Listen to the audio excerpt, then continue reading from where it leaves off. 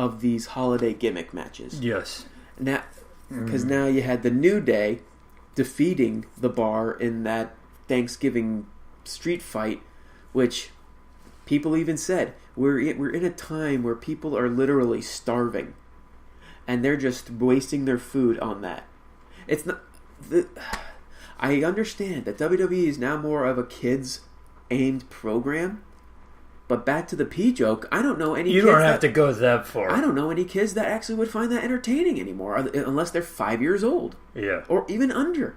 I think my 4-year-old would like it, but you got to treat their 4-year-olds are not going to WWE house show, going to WWE shows. It's more kids, maybe 9, 10, 12 to 12, and teenagers, and well, us who have been watching this show for almost 30 years.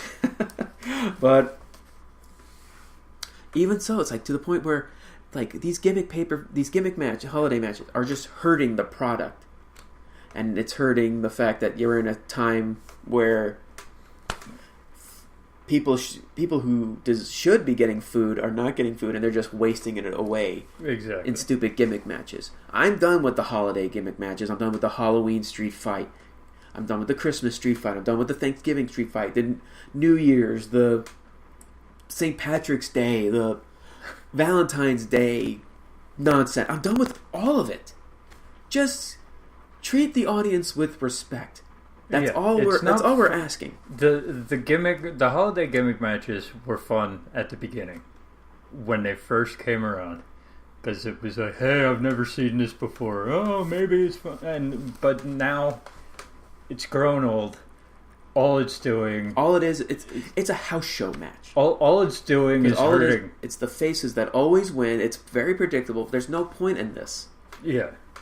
There's no entertainment factor in this. The only way that there's a point to this is if the New Day gets the next title shot. And then it's like, okay, we've seen this before. Same old shit. Mm-hmm. So it just makes your that is what made the tag team champions the Bar, which it actually angers me more because my man Cesaro's getting he always gets the short end of the stick here. He always does. It's always him taking the losses in the gimmick street fights. It's ridiculous. But all right, now let's move to the men's Survivor Series. The best match on the card, the Cruiserweight title. Oh, that's right, Buddy Murphy. Yeah, that's right, the Cruiserweight title match. Do we really need to say anything other than this was, wrestling-wise, the match of the night? Easily. There really isn't anything you can say other than just great spots. And finally, the WWE pay-per-view crowd is getting to see what these 205 Live guys can do. We said it on the prediction show. If they get time, this is their first time being on the main card. In a while. I think ever on a legit, on one of the 12 pay-per-views. Not most the ones that are overseas. Yeah, most of the time they are pre-shows. They are pre-shows. So it's like, if you give them time on the main stage, this shows you how well that these guys can do. And they took over this show. Like, all the bad feelings I had from about the hour and a half of the show before all went away while watching this match. It's the stuff they were pulling off is insane, and the right man won. Mm-hmm. A good story was told, and great spots. That even led to a 205 chant. Yes, from an LA crowd that when the match started could give less than a shit. Now, it's actually really funny because now when you think about it, now is the perfect time to have 205 Live matches on Raw. Yes. Because beforehand, Vince McMahon was running it. It was boring, pointless storytelling. And they weren't using the right guys. They weren't using the right guys, and when they were using the right when they were using the right guys, they had 3 minutes? Yeah. Now this is the 205 Live that should be on Raw. Yes. Because this will definitely get crowds going. Exactly. This would take advantage of the 3-hour shows for Raw. But instead, we just got to keep going on. These matches are great. These cruiserweights are awesome, and hopefully they get something big out of this. Yes, because this I feel was like the proving ground match. They're like, okay, we're putting you in this spot between these matches. Get the crowd back into it. And they definitely did. They did, and it led into the Men's Survivor Series match. And now, to that Men's Survivor Series match, back to being angry. Yes. They started first, okay, they started it off wrong, okay, because I get the need to make Drew McIntyre look godlike. Okay, but you picked the wrong man to make him look godlike. It's from what I've read, Joe has been basically was in this match hurt. So they just wanted to keep him in there because he's a name, and they took him out quickly because they didn't want him doing anything big because he's wrestling hurt.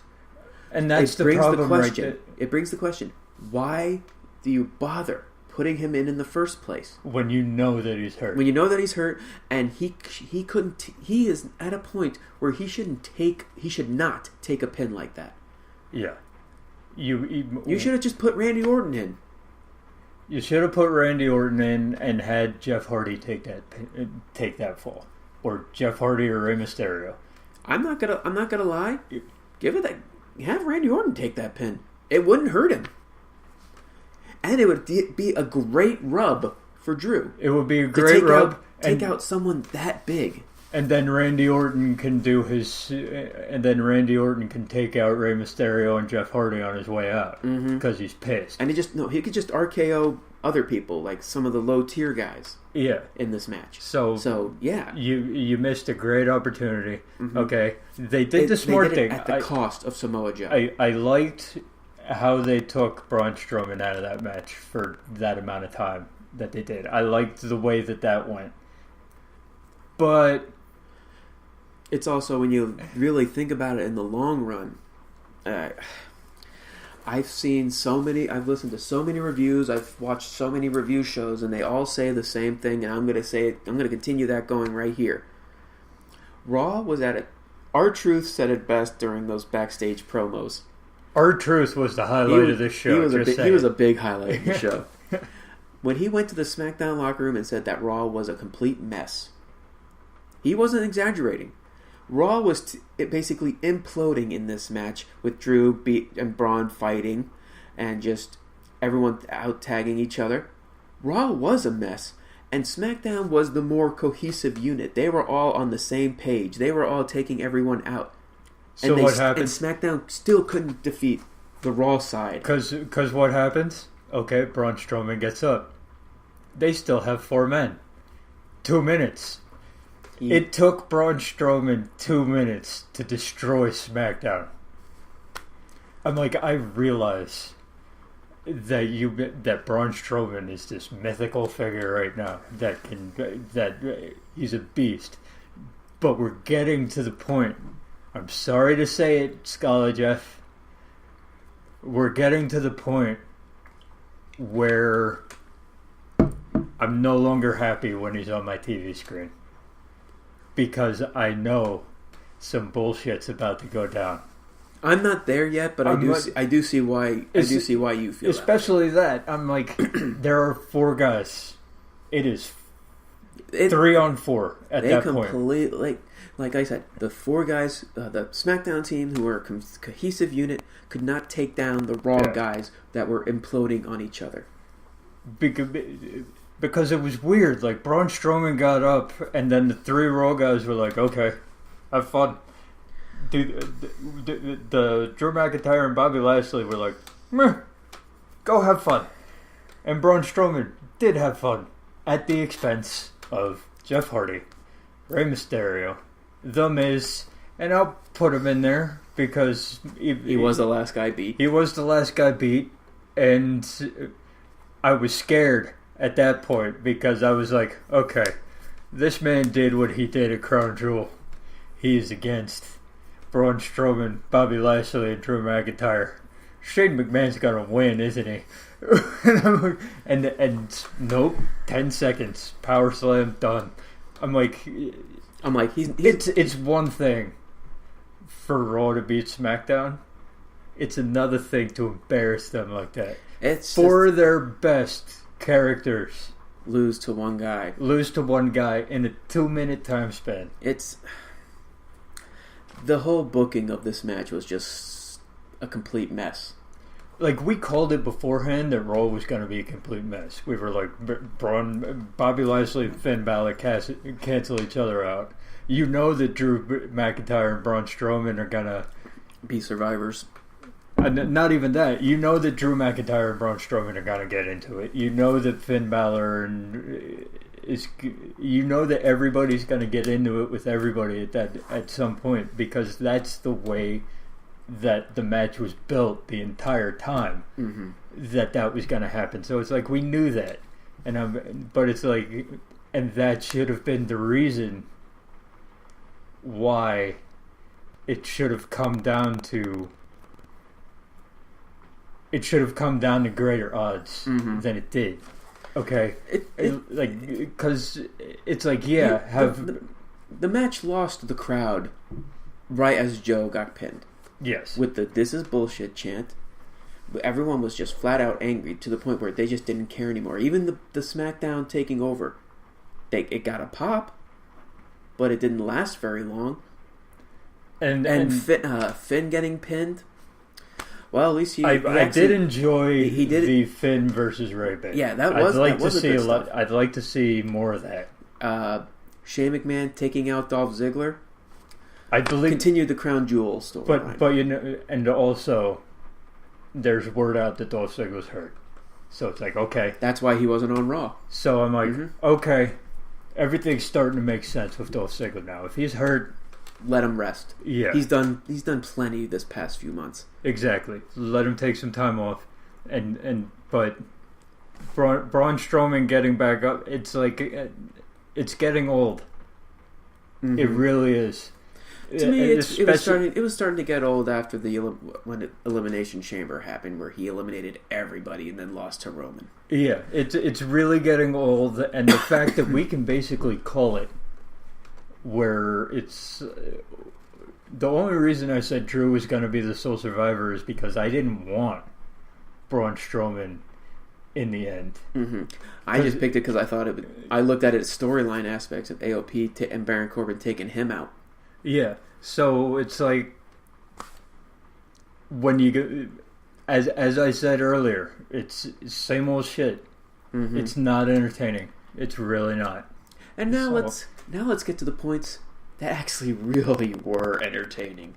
Let's talk about first Ronda Rousey, Raw Women's Champion Ronda Rousey versus Charlotte Flair. Talk about two women just beating the shit out of each other. Let's talk about the match first. I am talking about the match. This was a great match. I wasn't even talking about the aftermath. The match itself was two women beating the shit out of each other. So good. It was so good. Both looking very strong. Yeah. That's why it's like, I can see and I might be more okay with what I heard they're planning for WrestleMania if it goes through. I'm more okay with it after watching this match and seeing what these two can do, because you add in it didn't even make me mad about the DQ finish, because just what happened afterwards, my God, it was so damn cool. Yeah, and that's why I'm perfectly okay with a Charlotte versus Becky versus Ronda at WrestleMania in the main event.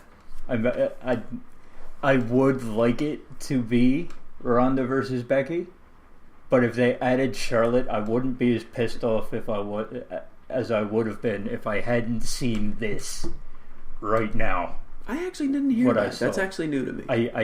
I heard rumors about that, Would I rather have Charlotte versus Ronda at Royal Rumble and leave Becky challenging for